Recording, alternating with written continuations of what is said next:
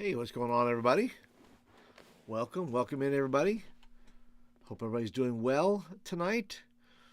Today, I come to you live because this is the last of my Tiny Dungeon Diary series. I just concluded today's adventure with, wait for it, not 8th graders. Nope, 6th graders. I'll tell you why here in just a second. See, Paul, I thought you were already done with that. Well, things tend to change here in the old after school program because, there's people who have, kids who have practices. They have other things to do. Sometimes they go to aftercare, go to the Boys and Girls Club at the school. They have drama. They have other things. Perfectly fine. Let's go find some other bodies who want to play. Had a new young man join us today in the group, his first time playing. And he said it was both enjoyable and interesting. He had never played anything like that before. So you'll hear a little bit more about that as well. And tonight, I actually audio recorded the session. Now, I'm only going to play, after I get through describing everything, I'm only going to play I'll play 5 minutes of it maybe, just to give you an idea of how we started off. And it was as crazy as you'd expect it to be. This is this particular adventure, which is the Fey Sisters Fate, which is a good adventure. It's a solid adventure. But the 8th graders, there was one 8th grader left, and I don't feel like she felt comfortable enough joining without her friends there. Had her friends been there, it'd have been fine. But because they had other things they had to do, I completely understand, the choices that young people make. It's not, sometimes they just feel awkward with them, and that's with the 6th graders, that's fine. But hey, they wanted to join in, and I said, great, bring it on. And for those that are new here, by the way, if you're new to the channel, first of all, welcome. Thanks for just hanging out watching. I am using, in this session, Tiny Dungeons. This is the Tiny Dungeons. It's a rules light system. It's 2d6.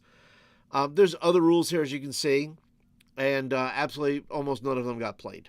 And I'll explain that here in a little while as well. Lots of explaining to do.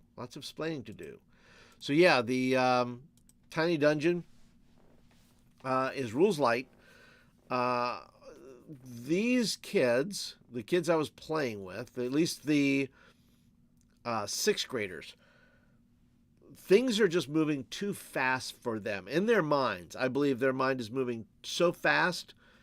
The rules, the basic rules I give them is roll 2d6. If you roll a 5 or a 6, you get to accomplish what you want to do. So this game is completely, it's the other rules we didn't use. Evade. Let me just point up here. There's a lot of rules we did not use, okay? And this goes from not having a session, we didn't have a very good session 0. Let me rephrase that. We did not have a very long, that's a better way to say it. We didn't have a very long session 0 before we started playing.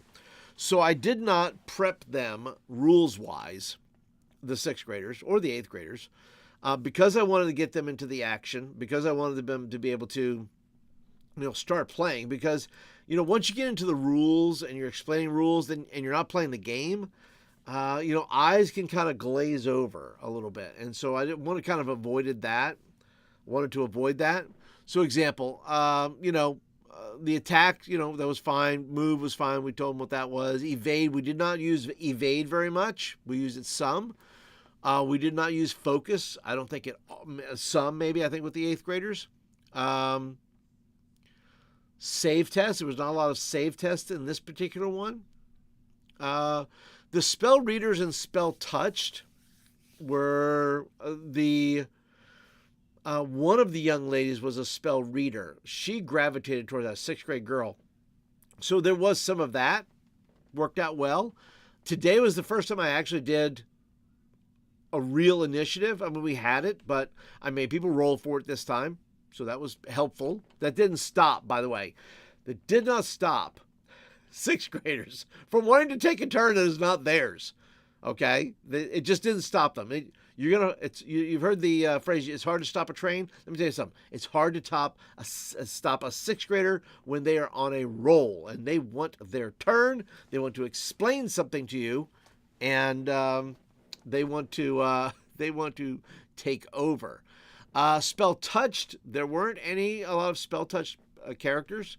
There wasn't any B speakers, and there really wasn't any healers. So, the things that we did not use is I did not use evade, and I did not use focus. Not because they're bad rules. It just, even with a rules light system, to try to get these sixth graders or even eighth graders to embrace the rule set was certainly a challenge. And I could have went and just, been the guy who was going to interrupt everything, and be, nope, that's not the way that works. Because of the time factor, because you lose kids, parents coming to pick up and things like that, I just wanted to get things rolling. And so in doing so, we did not use the rule set to its fullest, but I still think it's a good rule system.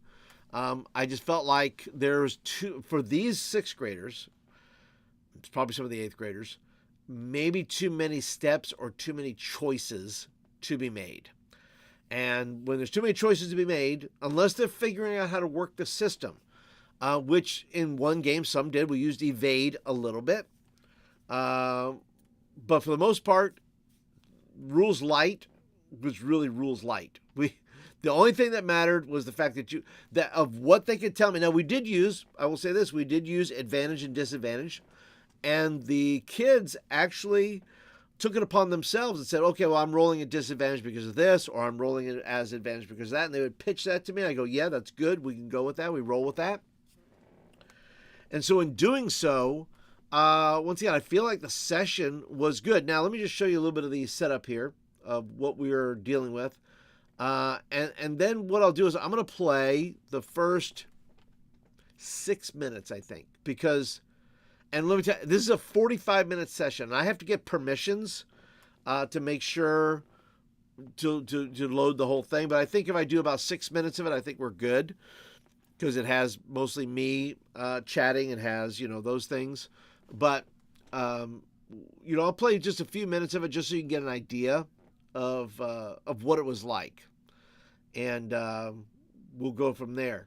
But let me just show you the setup here. I treated this with the sixth graders like an encounter. They're basically, the sixth graders are finishing the eighth graders' adventure, which took them 3 weeks to get here. And using the Fey Sisters Fate, they had two goals. One, they had to save the people from the town who were enslaved building the dam. Okay. The second thing they had to do was destroy the dam, and as a bonus, obviously they get to attack and kill all the creatures. All the frog people. In this case, it was frog people. It was the grung. The grung were there. So let's see. Let me show you the picture here. So you can see here, that's the setup. And the setup is such that you can see there's the dry riverbed. There's the trees on this side of the riverbed that are dying because there's no water. This is the pondish, swampish area. These are the little grung that are there. I think this was towards the end of the battle, so I took most of them off. But you can see one of the little grung there. There's a large toad that was doing damage to those that they were enslaved because they were lazy, and his tongue would come out and smack them if they were misbehaving. And this guy here comes up. This guy blew a little horn, and this guy came a running, and they wound up having a lot of fun and I had fun doing it too because they could get grabbed, they would get squished a little bit, and so no TPK. They're just my rolls failed, just like their rolls failed, so I didn't get to do as much as I wanted to do as far as damage-wise. Nobody was at risk, per se. There were some that were getting there, but overall, they were, fairly in good shape because their rolls were good. Mine, maybe not so much. This is a little close-up here. You can see here the little goblin guy wants to come over here and fight this guy.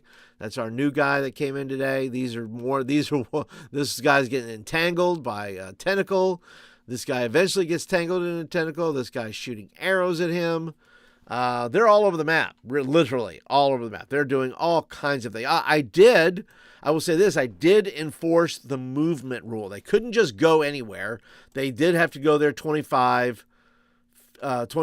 feet. I think I gave them 30 feet. Hello there, the K5K. Yes, the Frog Hemoth. Yes, they had to deal with that today. And I took great pleasure in bringing it out and making them freak out. There were lots of great screams. There was lots of great rolls. No double sixes, no double ones. There were good fails. There were some good successes. A couple of 5-6s were good. And so I will go ahead and let's see. What else do I need to describe? Oh, the chaos, like I said, that ensues in this. Let me do this. Let me play the first 5 to 6 minutes of the recording I made of this session. Once again, for those, I'll have to get permissions. I want to be able to put it out there as a tool, maybe to learn how to work with teens, playing the game. I will add commentary as I go, probably through it. But I will take this, I'll probably put it in the members page. So if you're not a member yet, you can become a member. The links are down there. Become a member. If you don't become a member for 1 month. This audio will be sufficient, will pay off for your 1 month pledge. Because it's 46 minutes long. And there's just all kinds of chaos going on there. So if you like chaos and screaming and yelling and rolling dice and people clamoring for attention to do something they want to do, then this is going to be, this is your thing. You're going to want to see it. So let's go ahead and I'll put the, so you just don't see me. I'll go ahead and put up this and then I'll play the audio for you. So those that are in the chat, Mr. K5K, please let me know if you're hearing the audio, okay, the way I've done it here. Please make sure I am playing and I'm playing the audio and you hear it. So let me go ahead and start, and this is the beginning of the session. All right. So let me build this scenario for you. Let me show you what's going to happen, okay? Mm-hmm. First of all, you guys, thank you guys for being so committed to this. You guys have done really, really well, okay? Appreciate you being a part. Now, you take your dice out. You got your dice. Here's what you have. I can tell you what you have based on what's happened here. Okay, so what you're trying to do is you have here, the river has been dammed up. Yeah. You are trying to rescue this woman here who is captured. You don't know yet. You're not quite sure what all is going on, but I can tell you this. In the last scenario, here's what you saw. Because you went spying. No, John, you can't be over there. You did see a giant frog, or a big frog. You should say a big frog. A big frog on top of the log. Okay? I hate frog people. Now, here's what I need you guys to do. Decide. You guys were spying earlier. The previous group was spying. Do you guys want to spy, or do you guys want to? What it is you want to do? Because you don't know what's really happening here.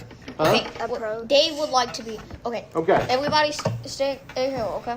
I know these frog people. My guy looks like he could cast spells. Hold on. They have a weakness, and if they look shiny, don't attack.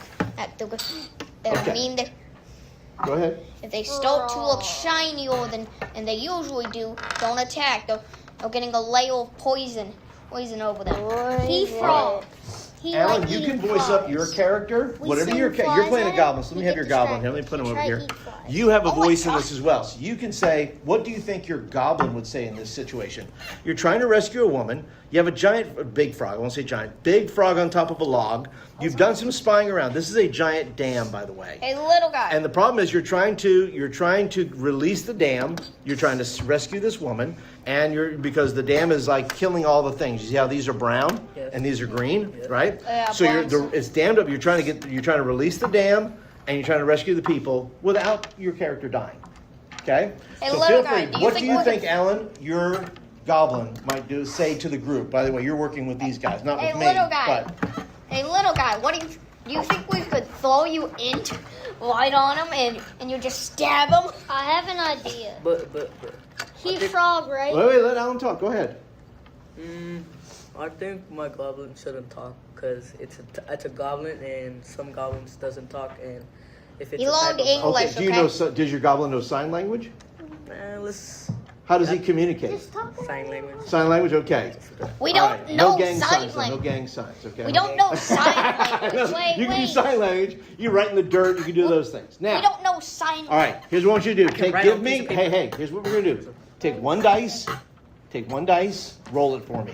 You're Whoever wanting gets a the highest goblin. dice is going to decide what they're going to do. One dice. got a 2. One. I got Just one one. dice. Okay. All right. I got a Just 2. one. All right. You have a 5. I got a 2. Did you roll a 5? Yes.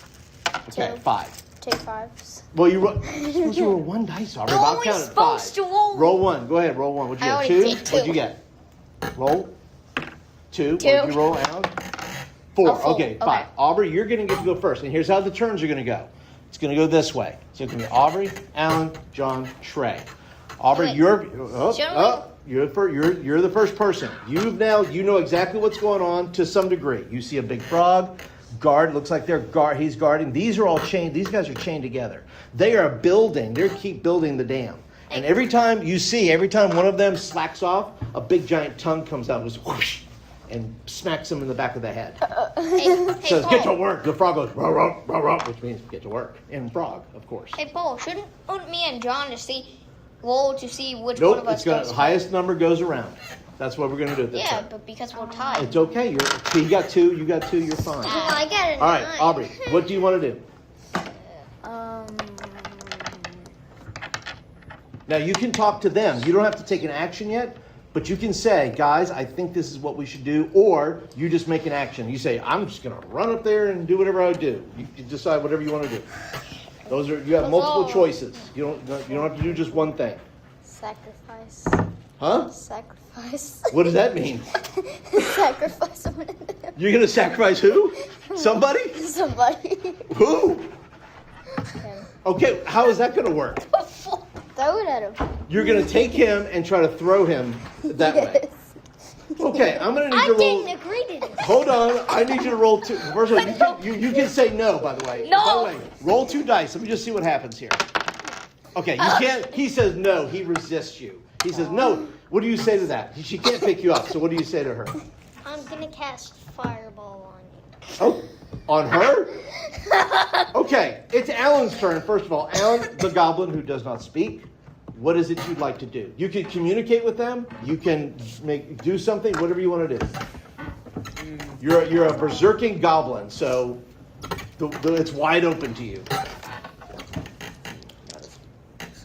Why are you writing it? By the way, you do get to pick one ability on the back there. So if there's any abilities you see, I'm feel free to pick one of disappointed those. in you, fool. All right, don't listen to him. Huzzah. What looks good, Alan? What do you want to do? I feel like my goblins should talk. Okay, well, go ahead. What would the goblin say? Okay. I feel like we sacrifice Aubrey. Okay. Okay. So you feel like we should sacrifice Aubrey, the goblin says. Okay, let me ask a question real quick. How would sacrificing anyone solve this problem? Because it feels like you're choosing a lot of options that have nothing to do with helping these people up here. Why are we wanting to sacrifice each other? Can we come up? Alan, do you have something else maybe that might be helpful in this scenario? Maybe I'm really small and I can get in the bushes. Oh, I And love I that can- idea. I That is a know. great idea. Roll 2 dice. And I It's sneaking. Okay, if you get a 5 or a Wait, 6 on your, hold on, if Wait. you get a 5 or We 6, I could roll and draw all the frog's attention. okay, hold on. Okay, hold on. Go ahead. What are you gonna say, Trey? I could roll and draw. Okay. And I draw his attention. Okay.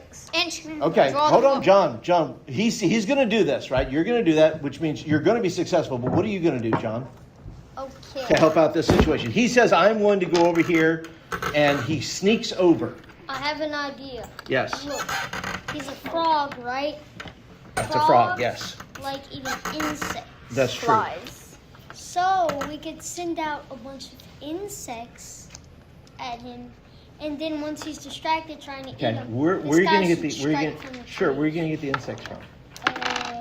I summon them with my staff. Oh, you want to summon them? Okay, well, give me. First What of are all, gonna how be would the he know to do that?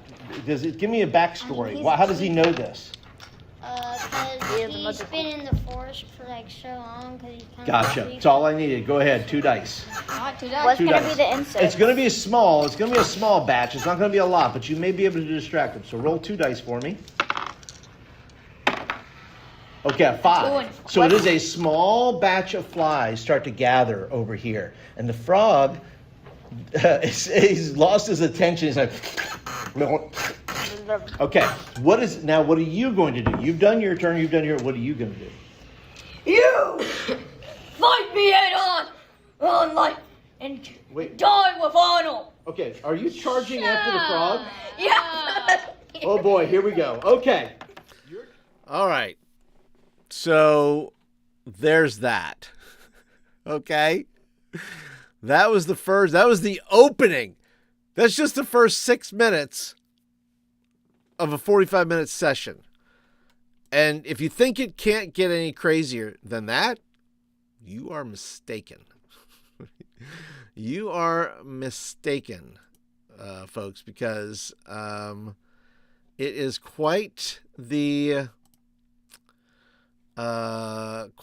scenario here, and they are just wired.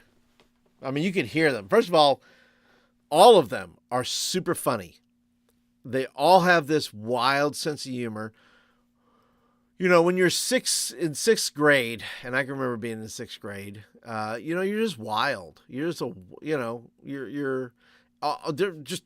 just go for it. Just do it. And the problem as you get older, and you can see this a little bit in the 8th graders, that, they are not as, I don't know, they at least the players that were here. I can't speak for all 8th graders. But I do know as you get older, right, you tend to lose that wildness, and you tend to tone it down a little bit so that you become self-conscious, right?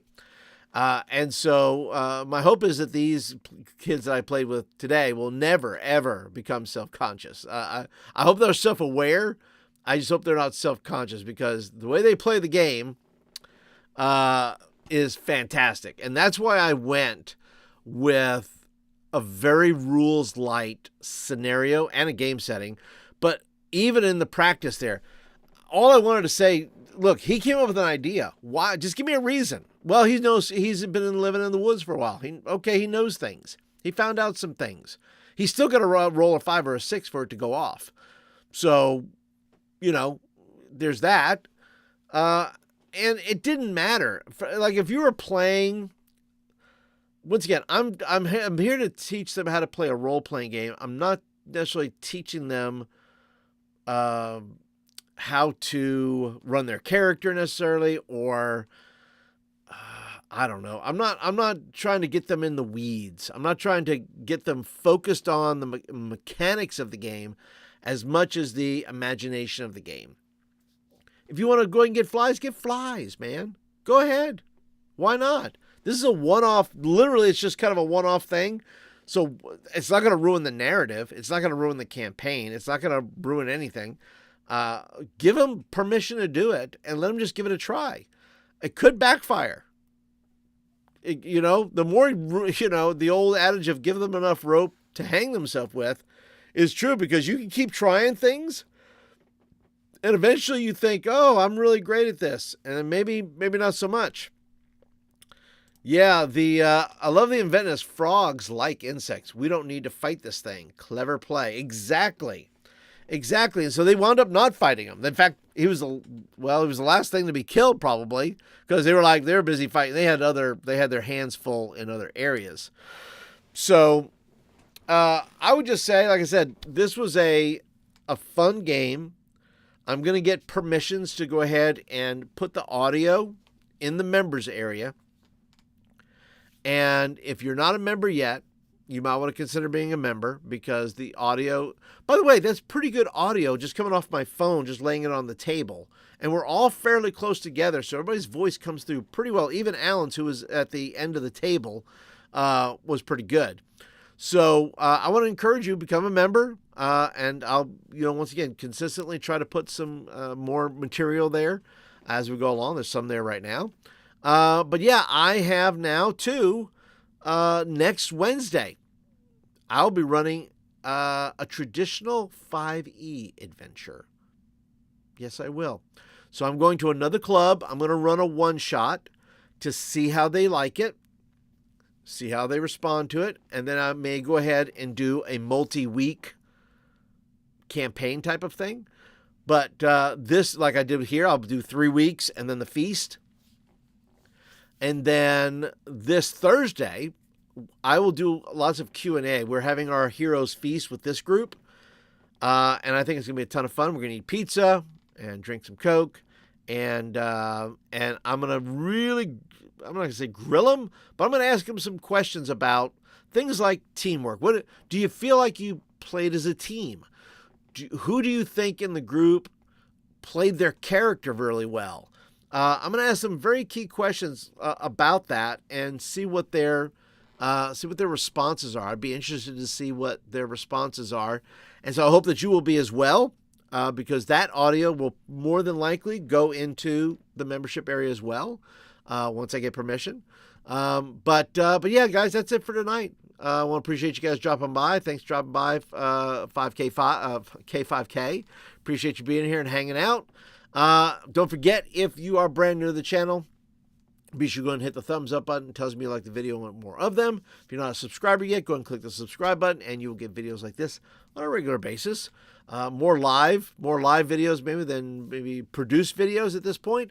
But, that's where I'm at in the work-life balance scenario. It's more work than life and no balance at this point. So we will carry on, and we will try to continue to bring you good content here on the channel. If you have any questions, comments, or otherwise, leave them down below, and I will get right to them. And other than that, gentlemen, ladies and gentlemen, I hope that you guys have a wonderful evening and enjoy the rest of the week. And I will be back with you live on Thursday night. We'll see you then. Good night, everybody.